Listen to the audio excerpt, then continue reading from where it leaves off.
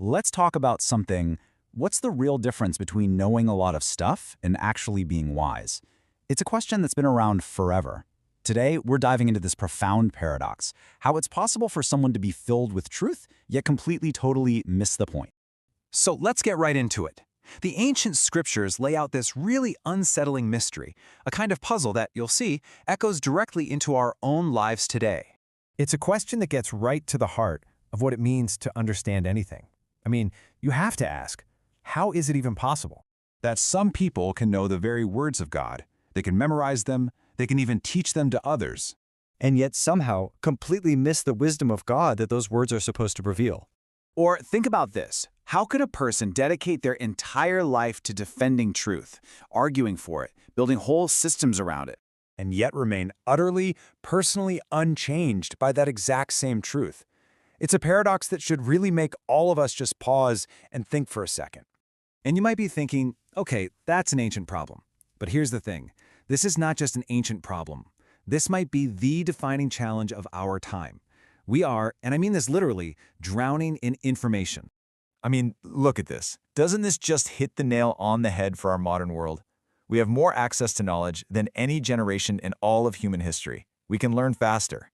But are we living any wiser? It really does seem like we know so much more but understand so much less. We can download every fact in the world, read every study, listen to every expert on the planet, but I think deep down we all sense this fundamental truth. Information, by itself, does not heal the human heart. So, if just piling on more information isn't the answer, then what is? Well, the Bible offers this really fascinating alternative. It presents wisdom not as some abstract concept you have to learn, but as a presence, as something to be encountered. And get this, the scriptures personify wisdom. It's not a what, it's a who. See the difference? It's not a philosophy you can master, it's a voice you need to listen to.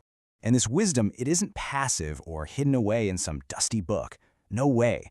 In the book of Proverbs, wisdom is out there in the world, it's active, it's engaged, it's standing at the city gates, crying out, calling to people, warning them, and inviting anyone who will listen to live a different way. But, okay, that brings us right back to our central mystery, doesn't it? If wisdom is actively calling out to us, why do we so often reject it and just settle for mere knowledge instead? Well, here's the first part of the answer. Knowledge informs us. It adds facts to our brain, which is great. But wisdom transforms us. It literally reshapes our character, our priorities, our very being. But here is the real sticking point. You can possess all the knowledge in the world without giving up a single thing. It doesn't require you to change. Wisdom, on the other hand, demands something from you. It requires humility. It requires surrender. And honestly, that is a price many of us are just unwilling to pay. And history gives us this incredibly stark example. The religious experts of Jesus' time, they knew their scriptures inside and out. I mean, they had all the knowledge. Yet when the very wisdom the scriptures pointed to was standing right there in front of them, they completely failed to recognize him. They clung to the text, but they resisted the person. And this is where the entire narrative reaches its climax. The ancient personification of wisdom, that voice calling out in the streets, it steps out of poetry and right onto the stage of human history. The New Testament makes this absolutely stunning claim. It says that Christ isn't just a teacher of wisdom, he is the wisdom of God, embodied. The call of wisdom becomes a person you can actually know. So in Jesus, wisdom is no longer this abstract idea.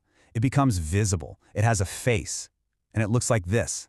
It looks like mercy winning over pride, sacrifice being more powerful than brute force, truth mattering more than just appearances, and love completely trumping social status.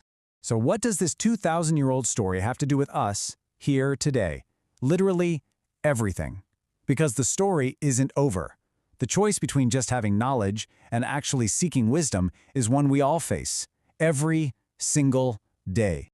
That ancient call from the book of Proverbs, it hasn't faded away. Wisdom is still calling out in the streets of our noisy, information-saturated world, inviting us to a different way of living. And this just reframes the entire issue.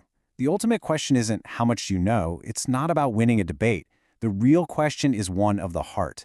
Are you seeking to align yourself with the God that all this knowledge is supposed to be pointing to?